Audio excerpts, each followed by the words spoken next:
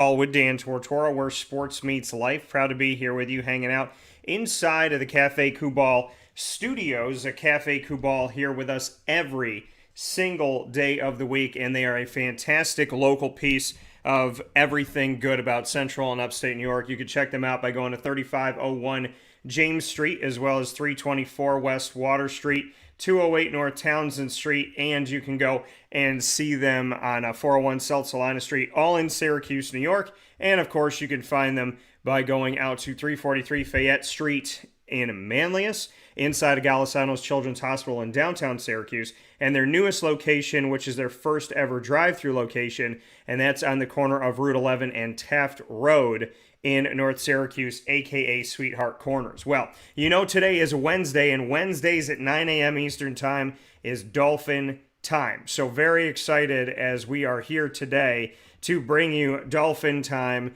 and Dolphin Time every single Wednesday at 9 a.m. Eastern Time goes back and forth between AD and DT and Dolphin Dive. The first and third Wednesday of every single month is AD and DT, where Athletics Director Bob Beretta of LeMoyne College and myself, Dan Tortora, have different topics we talk about every single episode. And Dolphin Dive is when we get to dive into the stories of student athletes, coaches, and staff at LeMoyne for those LeMoyne College Dolphins. And today is one of those Dolphin Dive days where I get to spend some time with Maddy Vine of the LeMoyne College women's soccer team. She is not just a student and an athlete. She is also a registered nurse.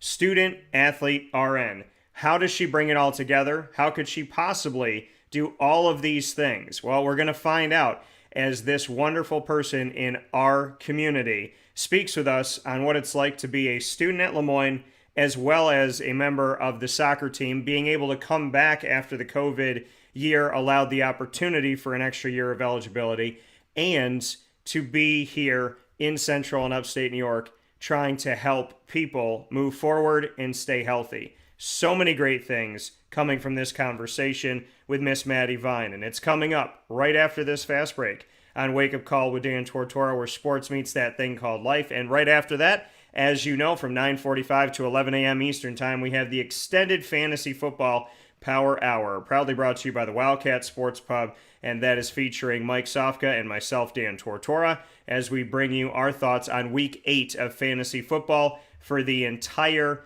NFL, every single team in action. We'll be bringing you our thoughts on each and every single game, and of course, you can weigh in on YouTube and Facebook. You're watching Wake Up Call with Dan Tortora right now on youtube.com/wakeupcalldt, facebook.com/wakeupcalldt, and facebook.com/live-now-dt.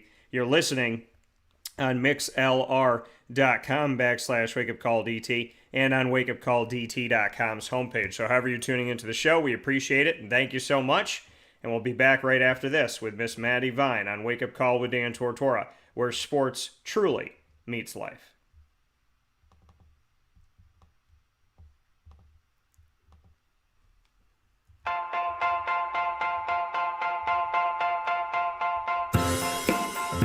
Cafe Kubal Mobile Cafe brings the cafe experience to you.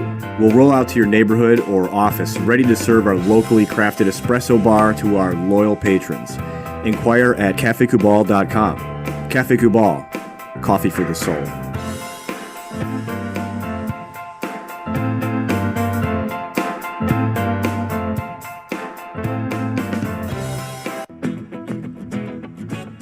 Hi, this is Amy from Mother's Cupboard, home of the whole frittata. We are open daily 6 a.m. to 1:30 p.m. For takeout orders, call 315-432-0942 and tune in to Wake Up Call with Dan Tortora for our monthly food challenge and try our Wake Up Call signature menu item available 7 days a week.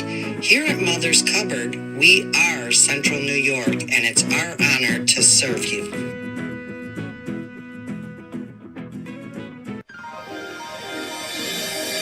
Ma and Pa's Kettle Corn and Popcorn Factory, located on 201 7th North Street in Liverpool, is home to over 40 flavors with more than 200 flavors in their total wheelhouse. Sky's the limit for this sweet and savory Central New York company. Keep it local at your parties, fundraisers, wedding showers, baby showers, and more by calling 315-450-MA-PA. That's 315-450-6272 for popcorn bars with custom flavors and colors at your upcoming event. Make sure to visit them on 201 7th North Street in Liverpool, New York. And for more information, go to maandpassnacks.com. Ma and Pa's Kettle Corn and Popcorn Factory. How corny are you?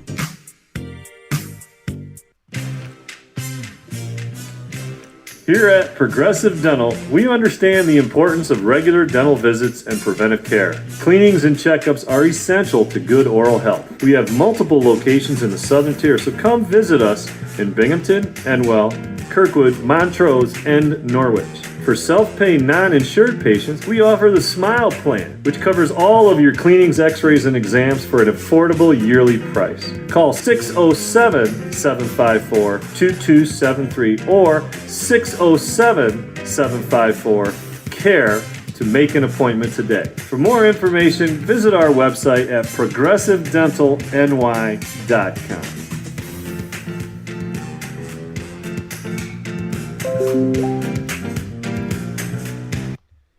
The Millhouse Market, located on 3790 New York 13 in Pulaski, New York, is worth the drive every time. Make sure you make your way out to the Millhouse Market Tuesday through Saturday from 7 a.m. to 8 p.m. and on Sundays from 7 a.m. to 3 p.m. for their indoor dining as well as their general store with local products from local companies like Local Honeys and different games for kids, soaps, as well as syrups and clothing, jewelry from all over our community, paying it forward by helping businesses that are local here in central and upstate New York inside of a local business, which is the Millhouse Market. And of course, their drive-up, drive-through window where you can grab your food and go. Any one of those homemade items, the homemade breads, as well as desserts, quinoa bowls, rice bowls, salads, brick oven pizzas, and sandwiches named after the families that helped to settle today's Pulaski. Ingrained in our community and ingrained in our taste buds, the Millhouse Market is second to none. That's why it is absolutely worth your drive today to 3790 New York 13 in Pulaski, New York.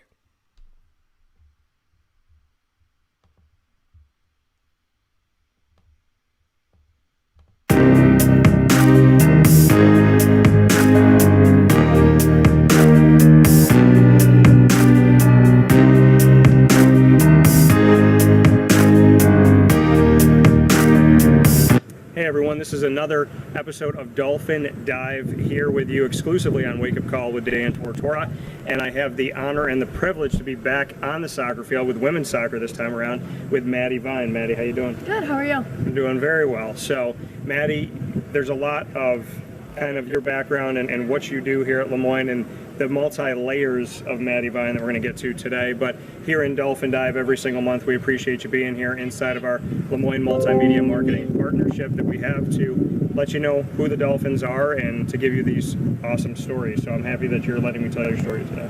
Me too. So you just got off the practice field. Yes. So bring me into Coach Bonus and what practice is like with Carrie. We'll usually start up with like a fun warm-up, but it gets us going at the same time, and it really like brings our team together. Like today we did kind of like an obstacle course. I don't know if you saw any of that. I did. Yeah. I did get it, yeah. So it kind of just gets us ready and brings the energy there. And then we usually play small-sided or a little bit of scrimmaging, gets the defense to play wide into like smaller goals, and then we'll go to bigger goals since we don't really have enough to go full field without dying. And then usually end with like shooting, something like that. Being around the game of soccer for a long time on my side, how many years have you been around soccer? When did you start? I can remember since I was like 4 or 5 years old. Okay. And I've played every year since, like haven't luckily missed a season, other than last year we didn't have a season, but. All right, so you've been around it since 4 years old. Yes. So and what I'm getting at here is my tremendous respect for, if you could see how massive this field looks from standing on it, that, I said outside of running like track and field, I think when it comes to endurance, like stamina, cardio, and all that, I have a tremendous amount of respect for players on the soccer field, just because of the fact of what you have to do and what you have to endure on here. How do you stay in shape, and how do you stay fit for the entire game? Plus, I mean, we've seen you play in extra periods. How do you do it personally, knowing that this field is a field that will challenge you? And I know from coaching soccer and just watching them run around, I'm like, Lord, that's a lot of running, a lot of miles per game. So. Well, in the off season, like after our season, we really get back into it, and our team doesn't really, like, we always are playing indoor since it's usually like December time. Yeah. Over winter break, I'll get like a gym membership at a local swimming school and just kind of lift weights and use the track and run. Nothing like too crazy. But then we'll start back up 5 days a week, right? Like probably February. So it's really, we're with the team a lot. And then over the summer, I usually join 1 or 2 soccer leagues. I actually played in a men's league at home because it was my only option. Okay. So yeah, and that'll get me in shape for sure. What can you say about, playing in that, opportunity where men and women could be on the field at the same time? What do you like about it, dislike about it? It's definitely challenging because the boys are very fast and strong, so it makes me have to really come out my best. But it's also fun because it's not like it's more pressure when I'm actually playing for my college team. So it like allows me to try my best, but also not like have anxiety about the next game and winning and everything. So when you're on this field and that these practices are counting towards something, they're counting toward games, you didn't have that for over 600 days. How did you mentally and emotionally deal with seeing this field and knowing that there wasn't going to be a game on it? Yeah, that was really hard. I'm actually a 5th year, so I was able to come back and save my year of eligibility. So once we found out the fall of 2020 we couldn't play, I thought it was like over for me just because I was a senior, and I was like, I don't think we'll be playing in the spring. But the way my schedule was, I was able to like manipulate it so I could have classes in the fall and I'd be eligible. So I was the only one in my class that was able to do that. So I was really fortunate. So that just made, ever since I knew I was able to come back, it just made me appreciate like every time I was able to play, and it's really been like special for me. What can you say, when you said you were the only one that was able to come back, do you feel maybe an extra, I don't want to say weight on your shoulders, but do you almost feel like because you're the one that got to come back that you're carrying more than just your torch, so to speak? Yeah, it's funny because actually one of our coaches, it was a girl in my class, and I know like she would have loved to play, but she's a Syracuse University student now. So I know all the girls in my class are still like supporting and watching the games and stuff. So it does make me happy that I can still like represent, and I wish they were here with me though. And for you, how do you keep their legacy moving on? I stay in touch with them. Some of them come to our games, and it's honestly really cool to hear their voice in the crowd. But like since it's my 5th year playing, I'm just honestly trying to keep it going and make everyone proud. When the NCAA made the decision to give everybody an extra year, a free year, so to speak, that in the case of like Division 1A football, they could play and they were still going to get it. In your case, not being able to play, they gave you another year. Was it ever on your mind, I'm not going to take that? I mean, did you go back and forth?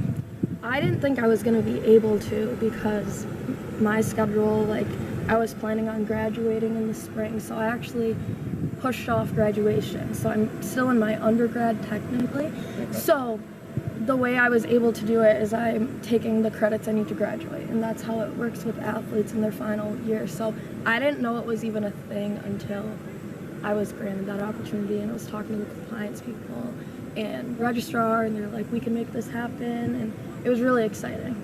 So for you to have this, does it feel different? Does this season after 600 plus days and it being an extra year? Does it have any more weight to it? Does it have a different feel to it when you're on the field? Definitely. I wasn't expecting it, and then our first game against Lake Erie, I started that game, and I just felt a wave of emotions. I'm like, wow, I actually get to play again. Yeah. And I know that I now have limited days. This is my last season ever, and I'm just so fortunate that I can have this opportunity. Speaking here with Maddy Vine, inside of Dolphin Dive, a special you'll only find here on Wake Up Call with Dan Tortora every single month for LeMoyne and your relationship with LeMoyne. You said you started playing soccer when you were 4. Yeah. What led you to LeMoyne College? It's a funny story. So a couple of my aunts actually played way back when the home field was the grass field back there that we dread playing on, actually. Okay. But so I always was like, I'm gonna go to LeMoyne, and I graduated in 2016, and I had no idea I wanted to play soccer, but I didn't really know. I'm from a very small area, so playing college soccer isn't very common. So I did a year of prep school. I did a postgraduate year, Brewster again, and then it led me to be in communication with Carrie, and then I was thinking about nursing, which they had a nursing program, and it all kind of gelled together as I was accepted into the program, and it aligned with what Carrie thought was a good idea too, because it is hard to be a nursing major and play a sport. And we'll get to that in just a moment, but not before I ask, how good are your aunts at soccer? I wish I could remember watching them play, but I mean, there was Katie, Ruth, and Sarah. There's 3 of them. Okay. Yeah, and then I had one cousin play on the men's team. It was Tom Bonus's first year. Okay. So I have some family history here. Yeah, you have a lot of family history here. So what is it like for you to have that legacy? Soccer is very special to my family, very important. All of my cousins have played, and I have a huge family. My mom has 9 sisters and a brother. No, she's 8 sisters and a brother. Sorry, she's one of 10. So we've always grown up playing. So it's so cool they come to my games. I always have a huge support system, and yeah, I love it. I was going to say, if you just have the Maddy Vine section, that would take up probably half the bleachers. Yeah, seriously. I'm curious for senior night. So for you to have that running in your family, when you're not playing, are you watching the World Cup? Are you watching different things like the Euro and whatnot? I mean, do you get excited to watch the game as well? Yeah, I do. It is hard, I will say, because I don't have cable at my house. And so... Most of us don't. Yeah, it's not a thing anymore. But no, the women's games are on at strange times, and we can stream them at my house, so I do that. But I did watch a lot more soccer when I lived at home. Okay. And what favorite player of all time? Well, I feel like it's pretty basic, but ever since I was little, I was always Mia Hamm, and I'm number 9, still number 9, so yeah. I will never forget that day when she took off her jersey, ran onto the field, and skidded on her knees, and just was like this, and it was on the front of Sports Illustrated. And there's something about, I think Mia Hamm made so many women, young girls, want to play. Definitely. I remember I got her jersey when I was little, and I thought it was sick. I was like, how? My mom probably got it at TJ Maxx, but I was like, this is crazy. Do you still have it? No, I don't. You don't have it. Okay, where's the jersey then? See, my mom gets rid of my stuff. She probably just gave it to a cousin that was in my position too. Okay, so we need a Mia Hamm jersey to be delivered to Maddy Vine here. So, Maddy, you talked about being an RN and how that kind of worked out too. This month of Dolphin Dive, I have Lexi Petritis of the volleyball team, and I have you here of the women's soccer team, both RNs, and I'm moved by the fact that you have any time to even do this interview. Yeah, it was definitely hard to maneuver my schedule with everything, because I am in classes, I am doing soccer, which is full-time, and I was working full-time, but that definitely had to change when soccer started picking up. So how do you do it now? How do you balance everything? Luckily, I have an amazing boss, and she works with me really well. And I sat down, pretty much how I'm doing it during the season, is I sat down in her office and we did day by day. She's like, what hours can you work, what days? Because we desperately need help in the hospital. So I feel bad not being able to be there, knowing I was a full-time employee. But she knows that this is a temporary thing in my life and this is my last opportunity. So she's happy I'm doing this. So I just sat down in her office. We went day by day, one day at a time, and I go in when I have time. And she allows me to do 4, 8, 12-hour shifts rather than just strictly 12-hour shifts, which is really cool. And where are you working that you have such a great boss? I'm working on 3-2, so it's a women's health oncology floor at St. Joseph's Hospital. And St. Joe's to you, I mean, obviously you talked about your boss being so flexible and working with you. What else do you like about St. Joe's?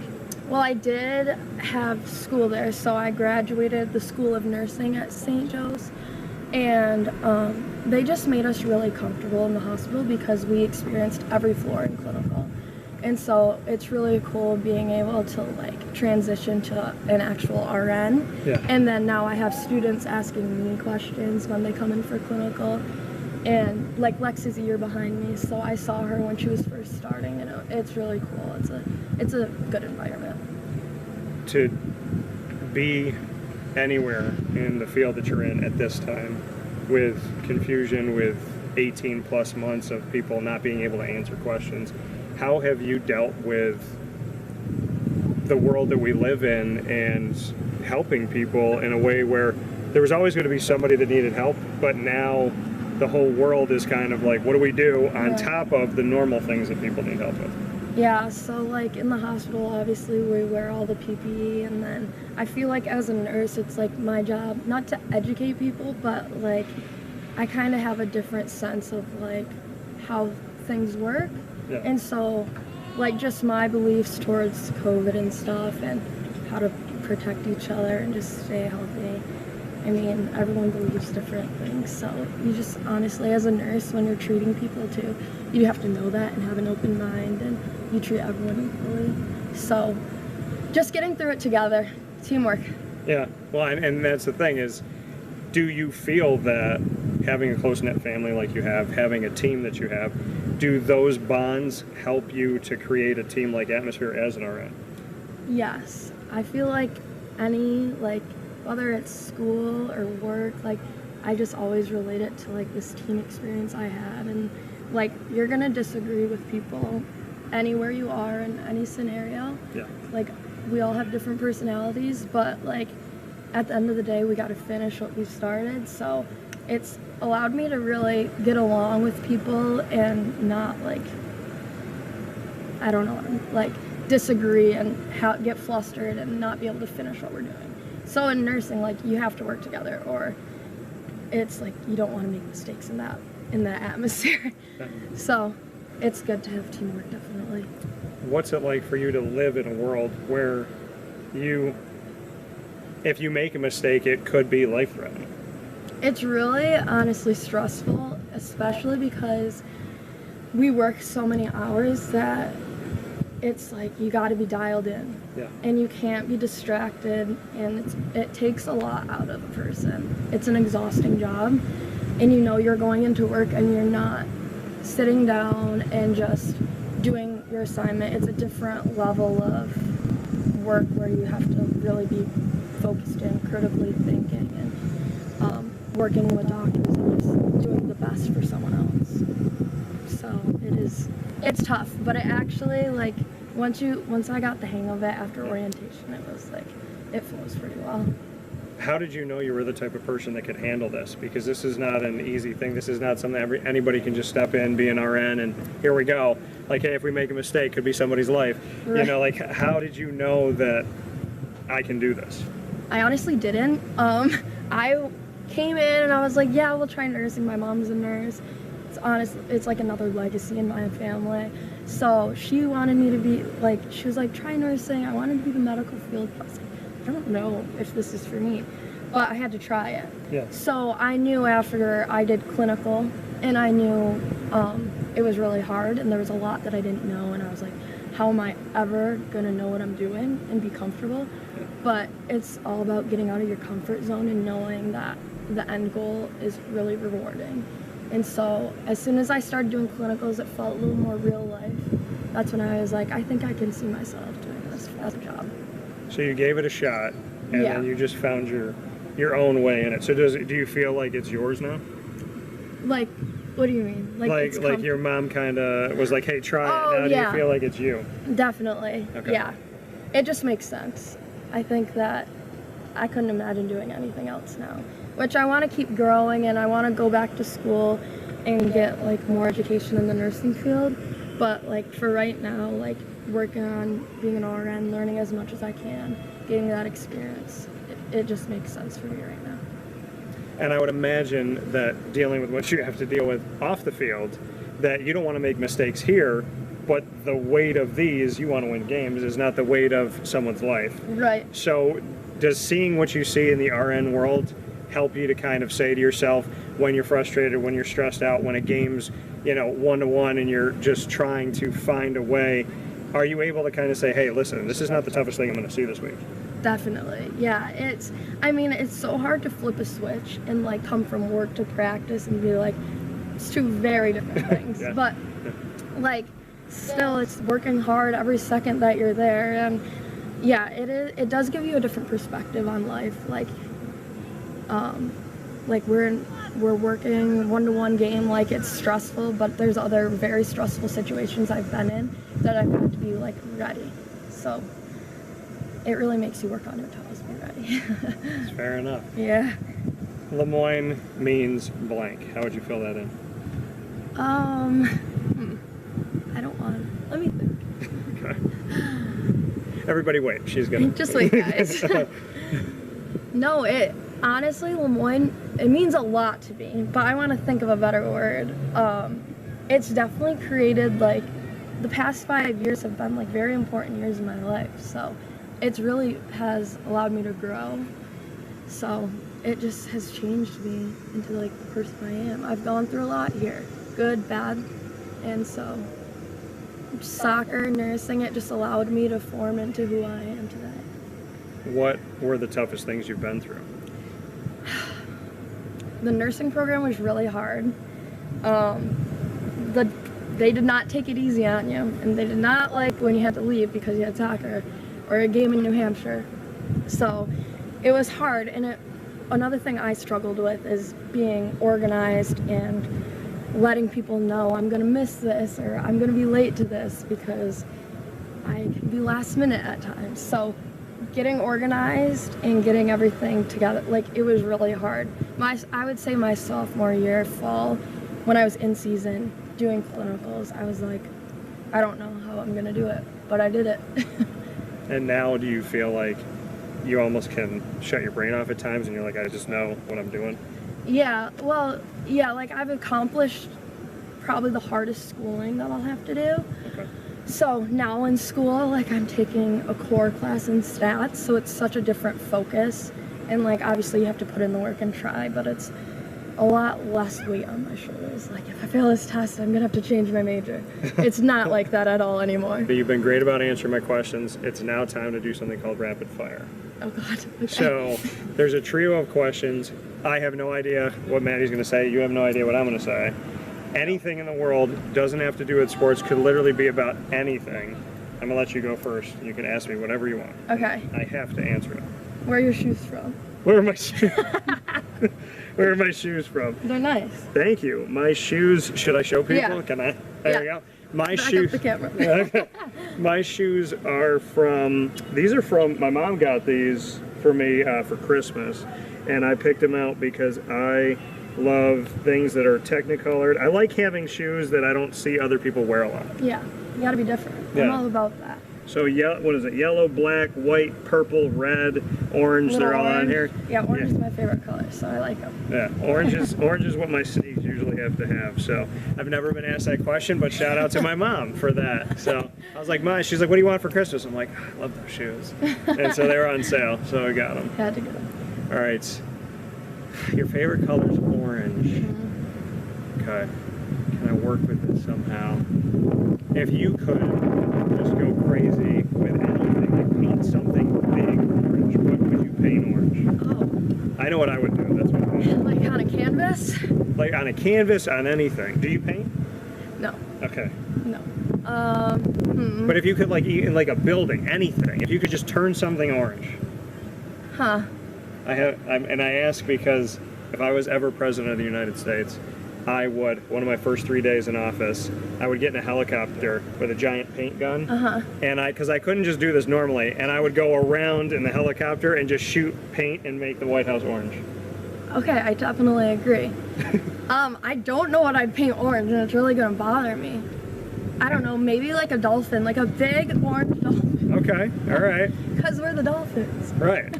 And Miami Dolphins has orange, so it's not like you can't work with that. Yeah. Okay. So you would paint a giant orange dolphin. I like that. That's all I got right now. Okay. Let's come back. Okay. What's your second one? Oh, shoot. Where are you from? I'm from here, from Syracuse. Okay. Okay, fine, she says. Yeah, about probably 12 minutes from LeMoyne College is where I grew up. Okay, fair enough. My parents are still here.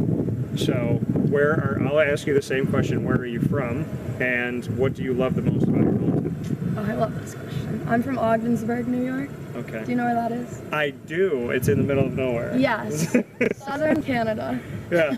It's really, really high up. Yeah. It's like once you go north, you just keep going north. Yes. Yeah. Yep. You're close to the border? Yeah, I'm about less than 10 minutes from the bridge to Canada. Okay. Ogdensburg to Prescott.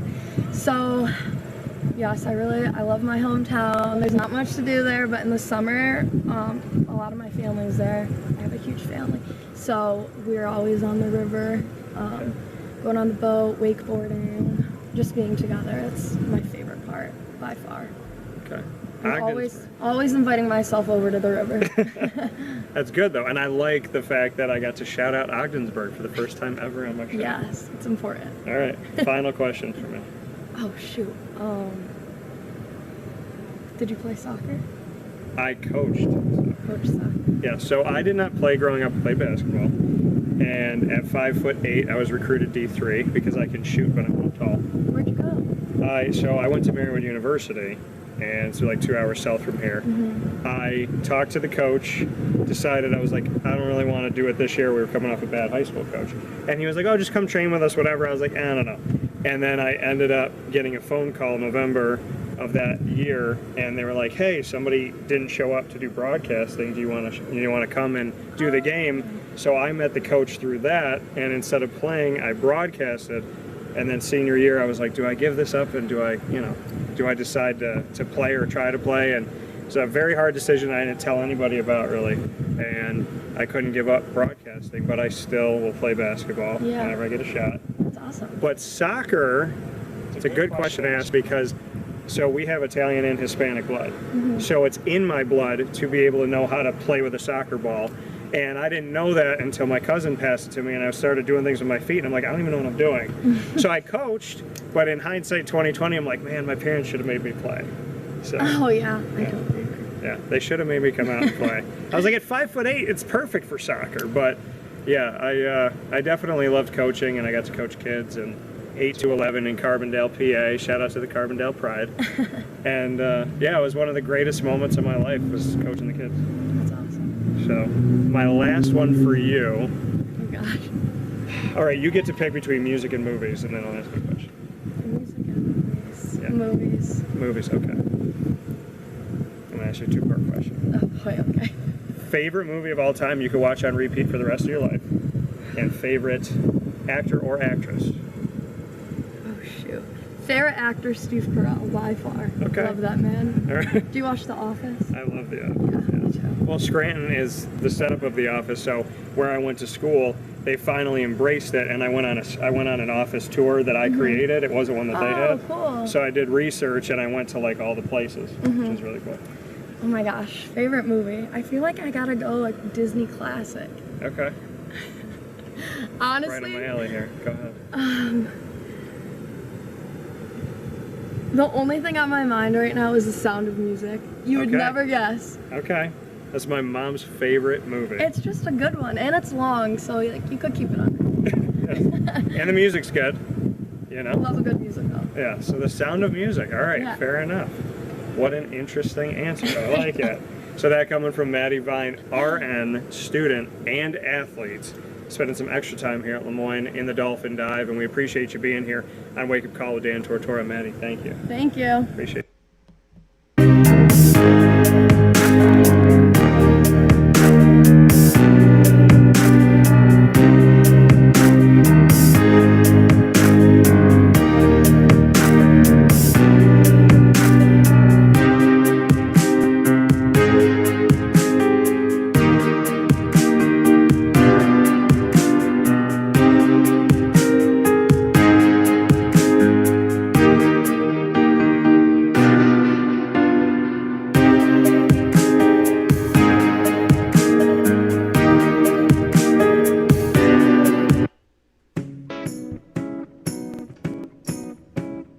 In these unique times, there are those in our community that give us a sense of normalcy and positivity. Pizza Man on 50 Oswego Street in Baldwinsville has been here for you for over 35 years and is here now. Call 315-638-1234 or order online at pizzamanbville.com to bring those familiar tastes into your home. And remember to come see our monthly on-site broadcasts centered around the community and our Baldwinsville Bees. Pizza Man in Baldwinsville. Any way you slice it, they are always here for you.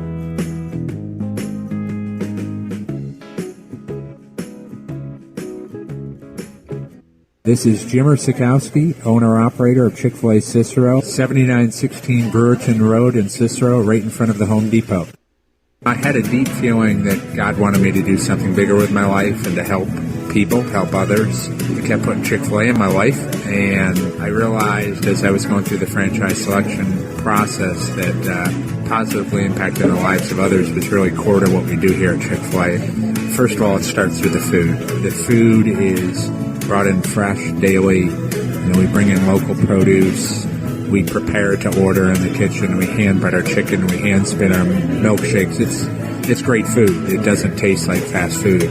I think the second thing is the way people feel when they come in a Chick-fil-A restaurant. It's different. We try to treat people with intentional kindness here, which is very different and deeper than good customer service. And so I think it feels remarkable for most people to come in a Chick-fil-A restaurant. And then lastly, the impact that we try to have in the community is very different. It's a big part of the expectation of every operator of a Chick-fil-A restaurant is that they're actively engaged in their community, they're a leader in the community, and they're making a difference. When they realize that what we're striving to do is to shine a little light in their life, that's a very, very different experience than you will have in any other quick service restaurant. And it's that remarkable experience that I think people will emotionally connect with. I'm George Townsend of Honda City with some good advice when buying a new car. The true cost of owning a new car is determined by the appraised value when you trade it. No vehicle appraises higher than a Honda. Next, look for low APRs and deep discounts. You also want low maintenance costs and great fuel economy. That's why my advice to you is to buy a new Honda. Looking pre-owned, visit our Honda Certified Used Car Center. Honda City, 7140 Henry Clay Boulevard, Liverpool, or HondaCity-CNY.com. It would be a pity if you don't shop at Honda City.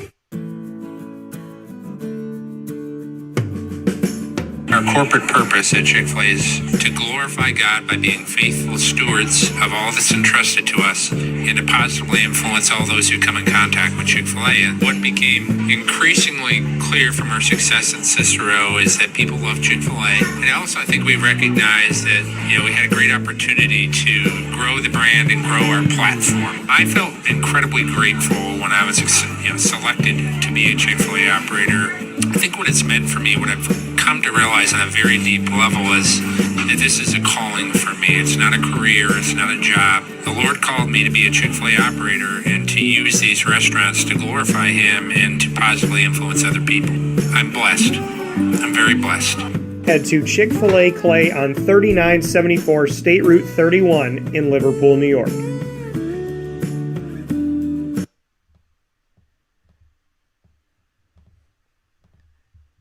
Welcome back here to Wake Up Call with Dan Tortora on wakeupcalldt.com, your one-stop sports shop, and on mixlr.com/wakeupcalldt. Want to give a very special thank you once again to Maddy Vine of LeMoyne College Dolphins women's soccer for being a part of the broadcast today in our newest edition of Dolphin Dive. I truly appreciate her very, very much. So thank you to Maddy for that. Thank you to all of the incredible guests that we have had on Wake Up Call with Dan Tortora's Dolphin Dive, as well as Bob Beretta for being on AD and DT. You can check out all of these videos by going to wakeupcalldt.com and clicking on the LeMoyne tab, or you could go to youtube.com/wakeupcalldt and click subscribe, and you can get us there as well. So make sure you check out all the videos, and remember that Wednesdays at 9 a.m. Eastern Time, you can set it every single week. Wednesdays at 9 a.m. Eastern Time is Dolphin Time on Wake Up Call with AD and DT on the first and third Wednesday,